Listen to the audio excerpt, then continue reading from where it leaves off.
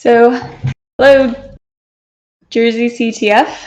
My name is Hope Walker. I'm here from Spectre Ops, and today I'm going to talk to you a bit about offensive security. My goal with this presentation is to share a bit about offensive security work and what it's like to work in offensive security. This is going to be a relatively short presentation. I won't be going into a whole lot of depth on any individual topic, but it's more of a preview of what working in OffSec can look like.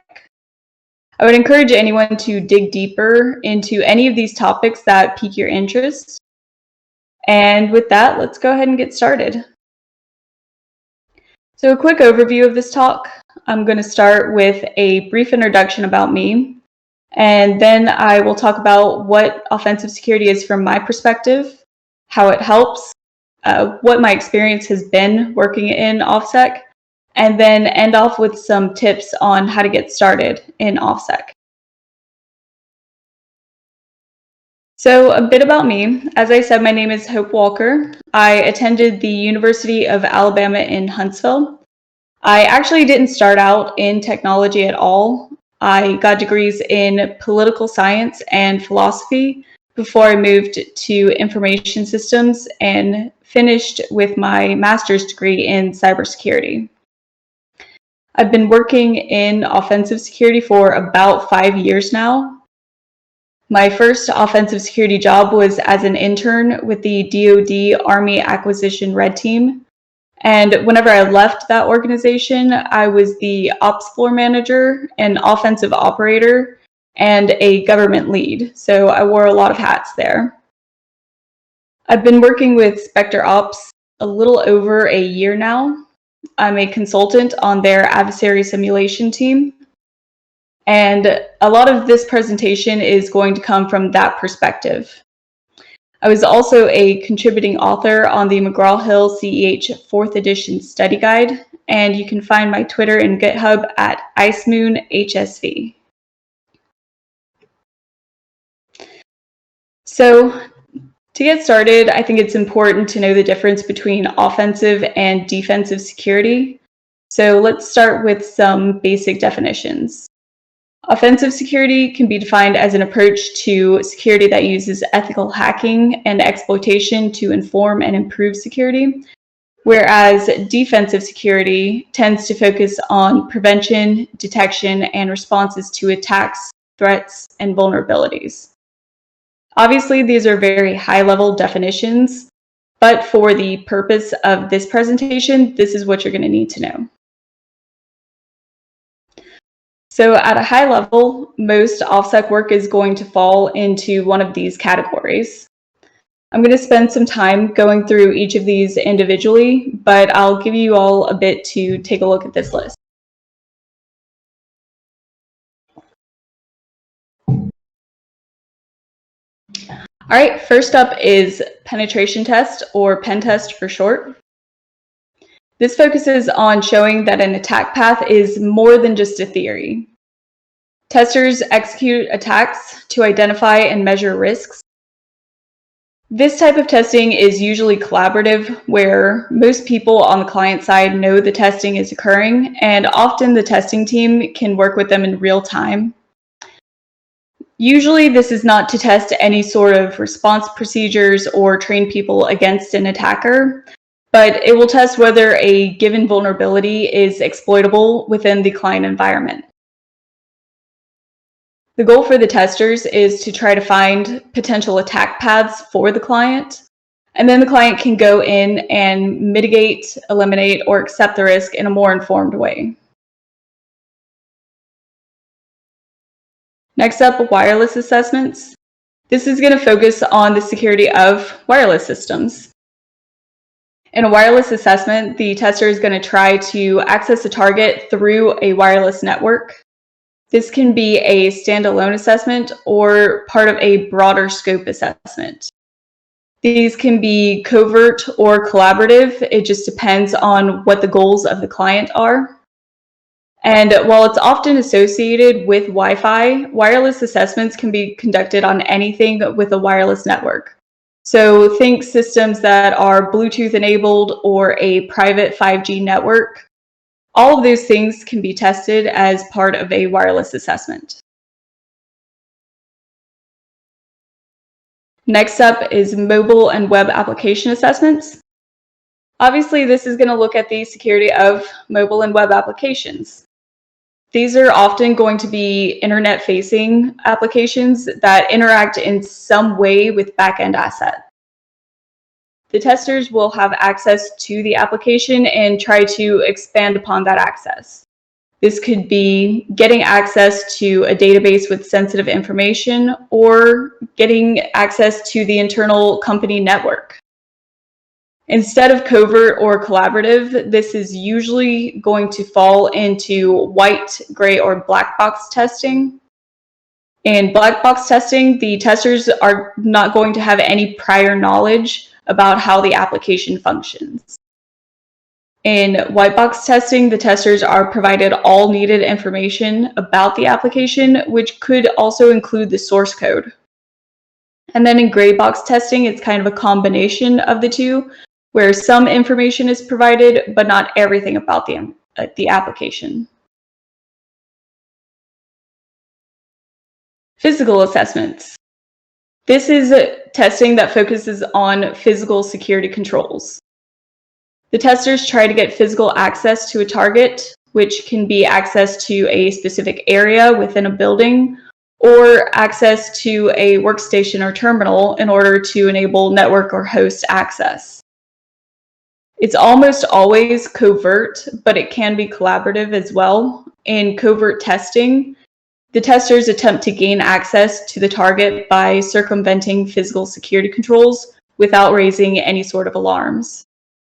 On the other side, in collaborative testing, the testers are going to walk through the environment with the client and assess the effectiveness of security controls, generally without trying to circumvent or break past any of them.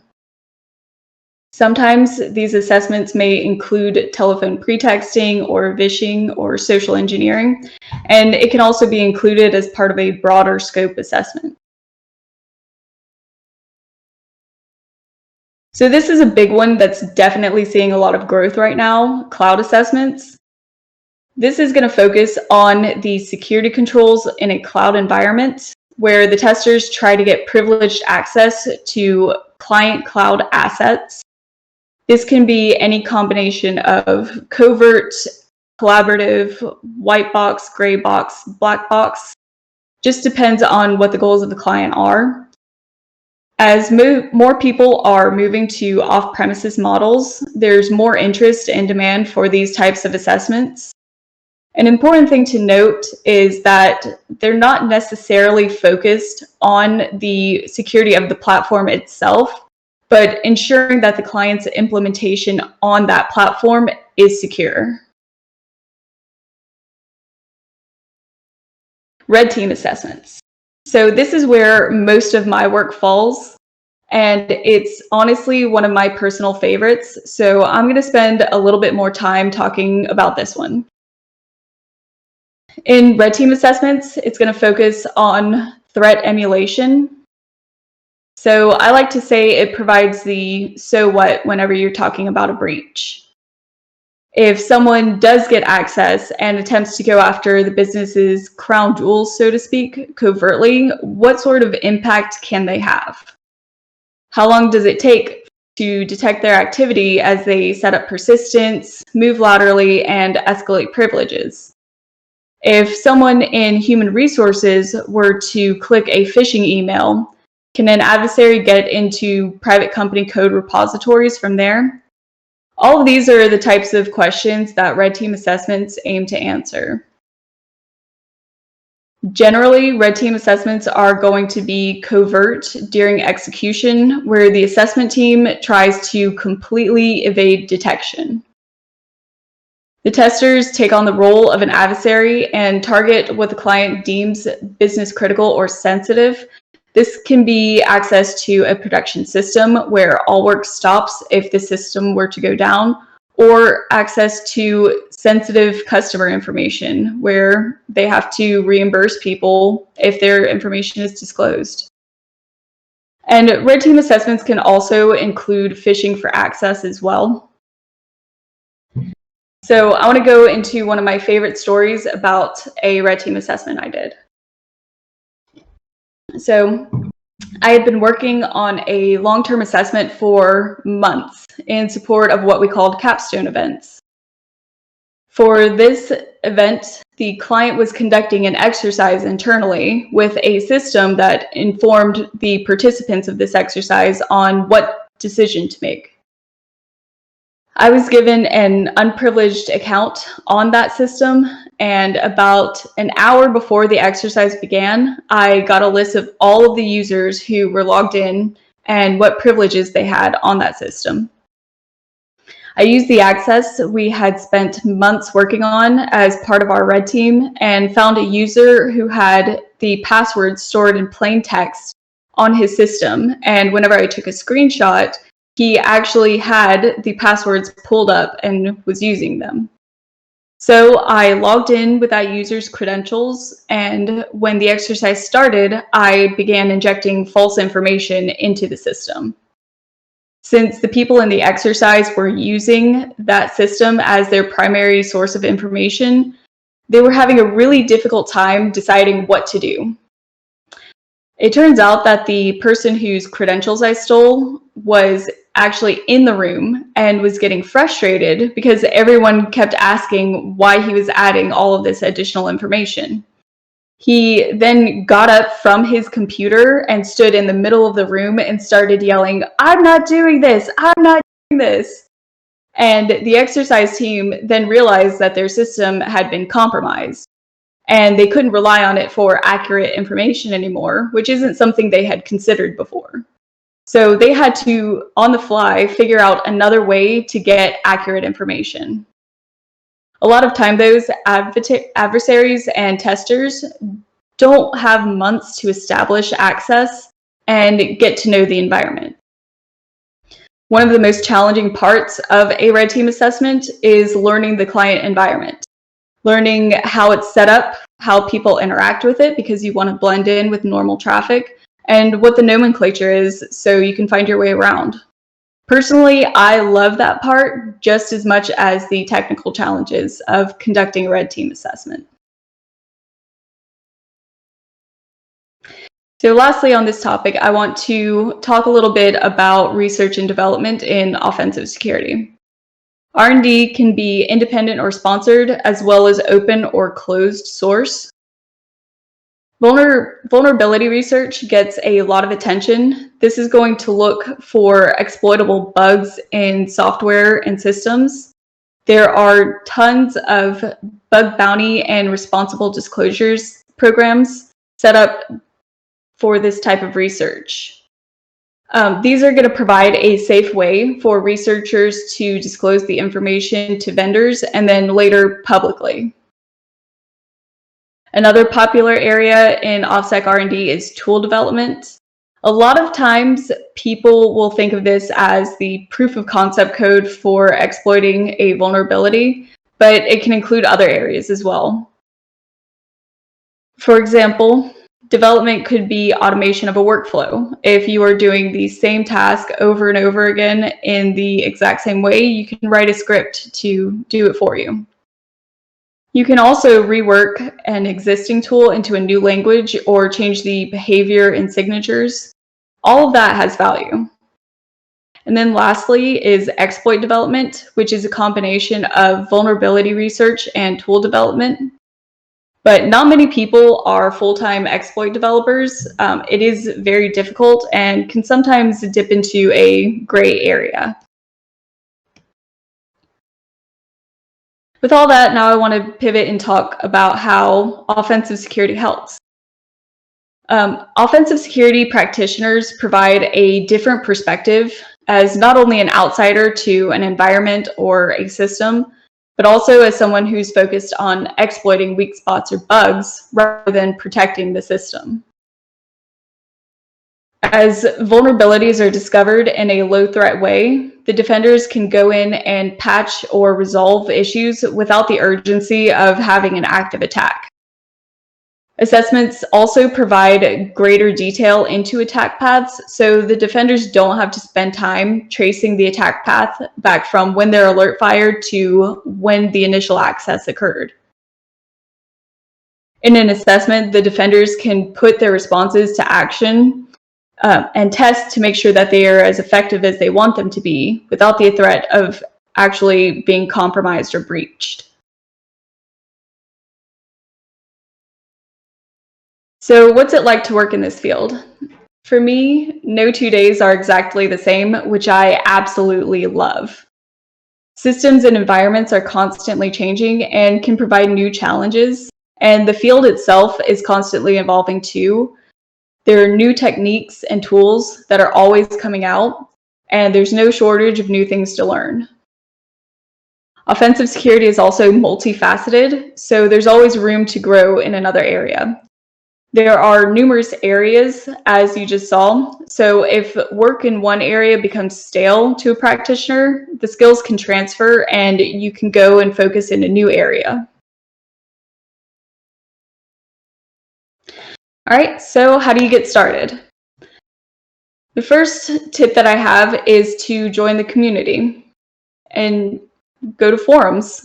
There's a wealth of information online, and looking through forums can expose you to ideas and technology or topics that you may not have found on your own. Our team at Spectre Ops is very active in the Bloodhound Slack and are constantly finding ideas and solutions in there, and it's a great way to interact with other people in the field. Social media. Social media platforms are great for keeping updated with emerging topics and information in real time. And it can be a great way to connect with other people in the field. Professional conferences and events. I think most of the people here are already on top of this one since you decided to join JerseyCTF and attend these talks. This is a great way to get exposure and to connect with people. Next suggestion I have is to make a contribution. There are so many projects out on platforms like GitHub where you can go in and contribute to open source projects or create your own project. As I mentioned in the R&D section, your contribution doesn't necessarily have to be completely new or novel in order to provide value to the community. Working on a project is a great way to learn a new programming and scripting language and is beneficial to you as well. Next, blogs. Many people and companies maintain blogs. At any level, creating a blog post is helpful, not only to those who want to learn, but it can also be incredibly helpful whenever you are looking for job opportunities. Writing a blog is a great way to reinforce knowledge that you may already have and improve your writing skills. Companies greatly value potential employees who are well-rounded and strong communicators. Having a blog post, you can point to it as writing samples, and it is a provable way to show your writing and communication skills.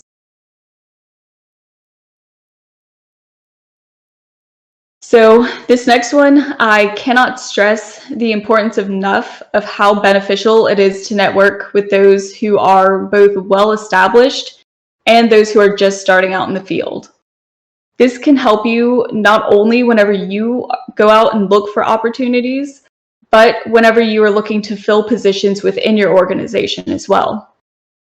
Always try to keep good relationships with your peers, and it will open up new opportunities to you.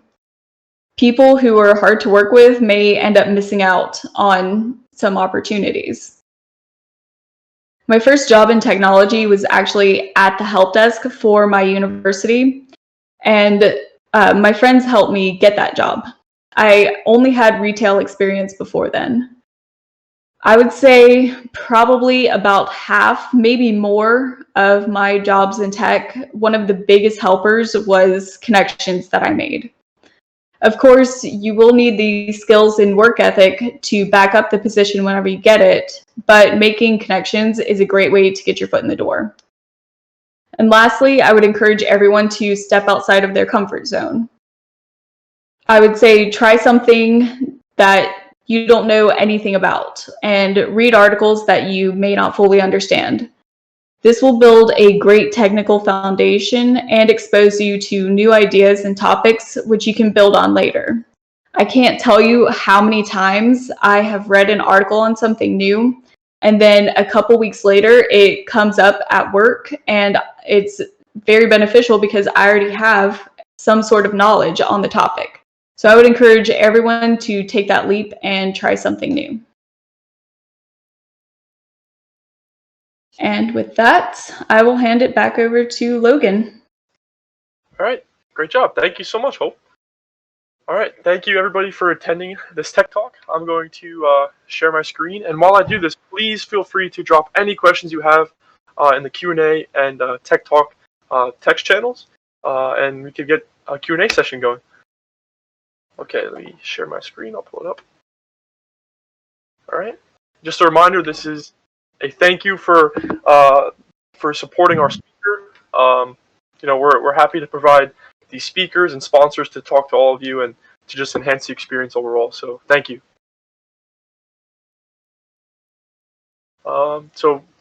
Yeah, while that flag is up, please start dropping questions. To start, Hope, maybe do you want to discuss a little bit about Spectre Ops and your role and maybe something that you do on a daily basis? Sure. So Spectre Ops is a consulting company, and we do assessments for clients that come in. Usually we try to go after more mature clients who have a lot of stuff already set up. And my role as a consultant on the adversary simulation team is to provide that threat emulation for the clients and help them mature their program even more. Do you do coding, or do you kind of work with tools more? And I guess if you do have any, if you do work with tools more, do you have any recommendations? Sure. So because we tend to aim for more mature clients, we do end up doing a lot of development on the fly. Sometimes this can be, writing something new. We just recently released a blog post about Man in the Path, where one of our consultants developed something on the fly. We also use a lot of tools. A lot of the tools that we leverage are open source. That is just kind of the nature of our company, is to open source as much as possible. Okay, one of our organizers, Andres, asked, do you recommend certifications? And if so, which ones do you recommend? Well, as a contributor to the CH Study Guide, I would recommend that. But I do think that there is value in certifications. I don't necessarily think that everyone needs to get it, but it is a great way to learn topics if you don't have another way to get hands-on training. So I would definitely say that, get as many as you can. I think the OSCP is also a good one that you can go after. It is definitely more hands-on.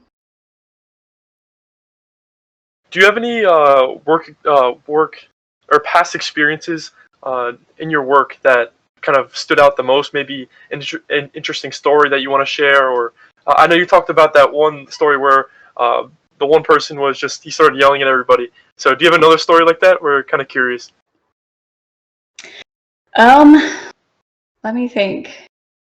So working for the DoD, some of the stuff I can talk about, that is one story that I've practiced, not disclosing any additional information. I can't really come up with one on the fly, though. That's sorry. Okay. No, that's all right. So obviously you have a lot of education experience. Do you want to maybe break down for people who are interested in maybe a cybersecurity degree, or even IT, getting an IT degree? Was it worth it? And what do you suggest to kind of beginners to? What should they follow? So I would say for me and the way that I learn, it was definitely worth it. I did, obviously, since I spent so much time in academia, I did well in that environment. Um, but I would say to get started, one of the best things to do is, like I said, to network with people and try and get internships, something that you can get hands-on experience. I think in school, learning theory and getting those other soft skills is extremely valuable, but you may not necessarily get the hands-on experience that you need whenever you enter the job market. So finding internships, if possible, would be immensely beneficial. Andres also asked, what are your future career moves? Like, I guess in terms of industry, do you want to stay where you are, or do you have anything in mind? So I actually left my position with the government because I was accelerating too fast. I was starting to go into management and decided that I wanted to stay technical for a while. There are definitely technical managers and technical people in the government, but the path that I was going down was not exactly where I wanted to go. So my plans are to stay technical for a while and build an extremely solid foundation. So eventually, whenever I do move into management, it's providing more value to my team that I already have a lot of knowledge, and I didn't skip those steps to get to the management level faster. Okay. One of our participants asked, I've heard starting out in blue team might be good. Did you learn much about that side of the house? And if so, why do you like red team versus blue team? So after I left the position at the help desk, I was actually recruited by the CISO for my university and worked directly under him. So I do have a little bit of blue team experience in as far as working on a SOC. My preference was for red team because of the adrenaline rush that you get, and I'm not big on roller coasters or anything like that, but if I start going after DA and I get it, that's the sort of thing that I love. I love the challenges and getting the getting that adrenaline rush whenever I achieve something that somebody said wasn't possible. That it's definitely possible to get that sort of thing on blue team, but it is also very stressful, and I like being able to relax in between, where blue team, in my opinion, is you have to be on a lot more, and it's way more challenging in a different way. According to the Spectre Ops website, it says you were a recipient of the National Science Foundation Cybercorp Scholarship. So Yes. maybe do you want to break down how beneficial that was to your career and just maybe talk about that? That was extremely beneficial. So when I decided that I wanted to join the DoD Army Acquisition Red Team. I had a connection and spoke to one of the directors there, and I was like, "Hey, I would really like to be an intern with your team." And he was like, "All right, well, uh, unfortunately, we're only recruiting from this one scholarship program." And I was like, "Cool, I'm in that scholarship program." So that got the doors open a lot in the government space for people who are on that, because they know that you have a 2-year service obligation. And working in the government there are a lot of upsides to it. And I would say if anyone is considering going and working for the government, the Scholarship for Service program is the best way to go about that. Yeah, I definitely noticed it because of NJIT has this. It offers the same program, so that's awesome that you took advantage of that. So everybody, please keep asking questions. We have a lot of time, so feel free.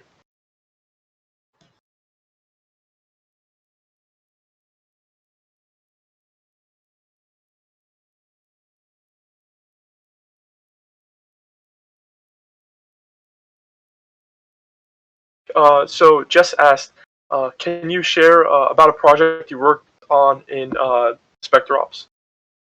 Or they said Cyber Ops. I'm not sure if that was a typo. Was that a valid question?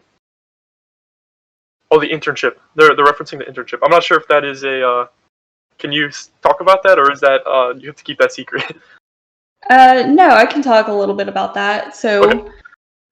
whenever I was on the scholarship program, we had to do internships over the summer, and one of the best things that I think I was able to do through that program was they set up a rotation with a bunch of the organizations that were on the local arsenal that we have in Huntsville. And so I was able to go around to a bunch of different areas and see what working with them was like. We spent about a week, maybe 2 weeks at each with each organization, but it was extremely fun to do that and very enlightening, because there was one place where we were going and watching network alerts, and the lady fell asleep at the desk, and I was like, all right, well, she's bored with this job, so that's definitely not for me. And then there was another one where we went and set up a little network and some laptops, and me and the other interns started hacking each other and messing with each other's laptops because they hadn't secured them. So they were trying to teach us all of this stuff, but we were already, a little bit ahead of what they were trying to teach us. So we're just like messing with each other back and forth. And that was also where I got my first introduction to the red team. George asked, what criteria do these scholarship programs look for? And I guess what helped you the most to get accepted into that program? So one of the things that helped me is the person that I was referenced by. As I said before, connections are very helpful. The CISO was friends with one of the people who was in charge of selecting students for that scholarship program. So whenever he pulled me onto his team and saw all of the hard work I was doing, he recommended me for that scholarship program. Another thing that was very beneficial was that, one of the fears that they have pulling people into those programs is that they're not going to fulfill their obligation. So make sure that they understand that you are there and committed to not only the time that you are in school, maintaining and meeting the requirements for that scholarship program, but also that you're going to stick around for the 2 years, maybe longer afterwards. Another participant asked, what are some of the tools you've written and published lately, if you have? Yeah, so we're coming from DoD space. I am still kind of getting used to the fact that I can talk about what I'm doing publicly. So I don't have a whole lot right now. I did, for my first project, write a C# port scanner. Nothing super fancy, but it was something to sort of solidify working in C# a little bit more for me. And then I also released a project for user emulation, where it would go in. We were working on range environments, and we needed to have user activity on the range for specific targets that the students were supposed to get. So we didn't have anything at the time, so I wrote something real quick that would you fed a script into. Recently, I have also been working. There's some projects out there that steal cookies from browsers, and then you load the cookies into the browser through a browser extension. And we were having a lot of issues loading the cookies whenever there's a lot of them. So I've been working on a script to load those cookies. And it kind of works the same way, going through the debug port and just shoving all the cookies in there. it sounds like you very much enjoy the technical side of it, and I'm happy that you can discuss it publicly now. Yes, me too. So another question: what's your least favorite part of the job? Ooh, so I kind of have a love-hate relationship with reporting. So for every engagement, every time you do something like this, you have to write up a report.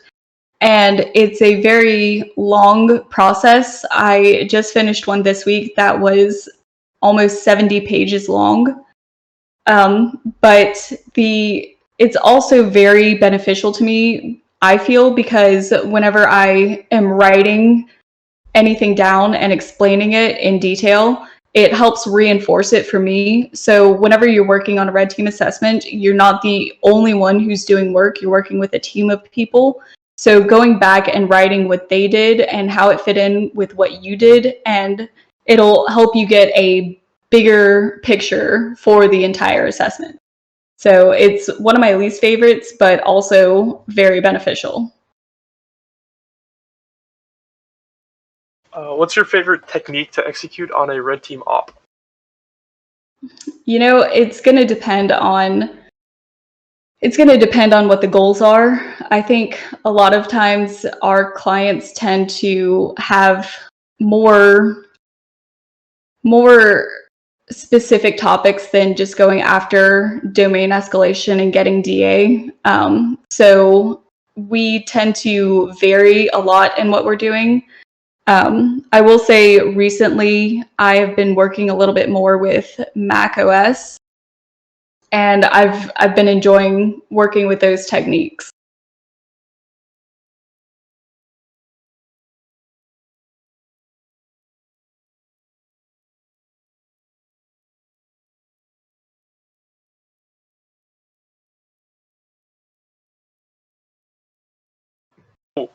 Okay, I was muted. Okay. So, what would you consider the biggest downside while working in offensive security, if you can think of any? Biggest downside. I think sometimes people will tend to get a little bit too focused in on the offensive side and not take the defensive side into account as well. That is one thing that I really love about Spectre Ops is they encourage everyone on the team to not only have the side for the work that or the perspective for the work that they're specifically working on, but also take into consideration what the other side of the coin looks like.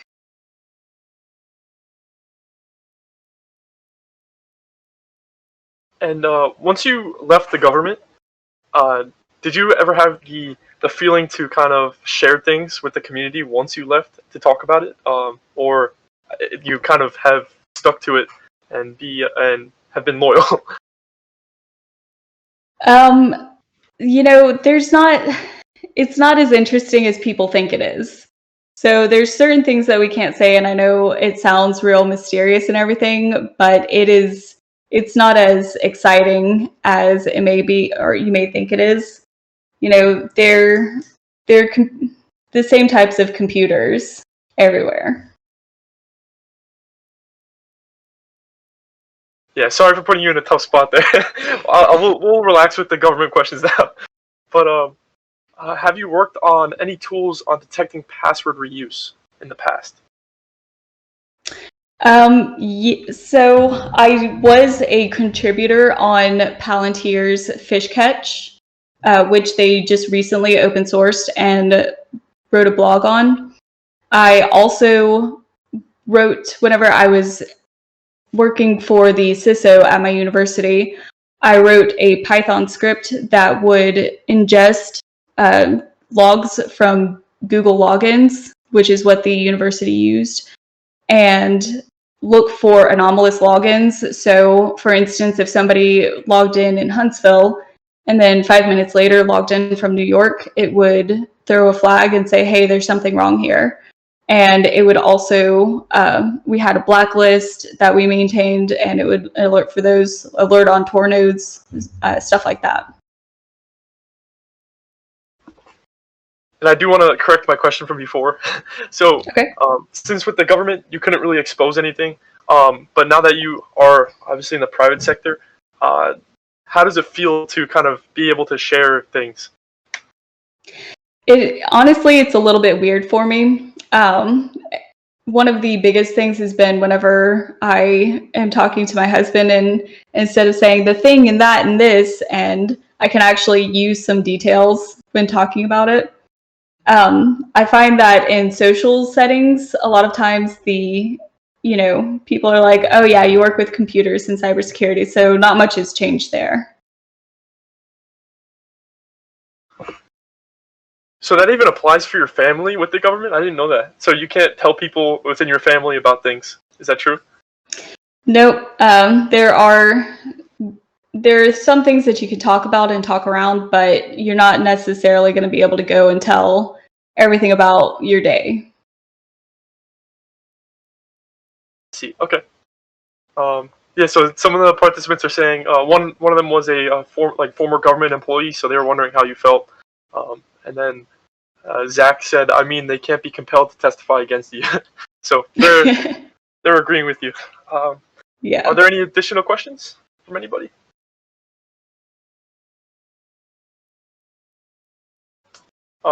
They asked if you're on LinkedIn. I am on LinkedIn. I provided the LinkedIn link to JerseyCTF, so it is on their website. And you can also find me on Twitter at Icemoon HSV. Icemoon is my hacker handle. Oh no, I tried to tag it, but then it put your Discord name in.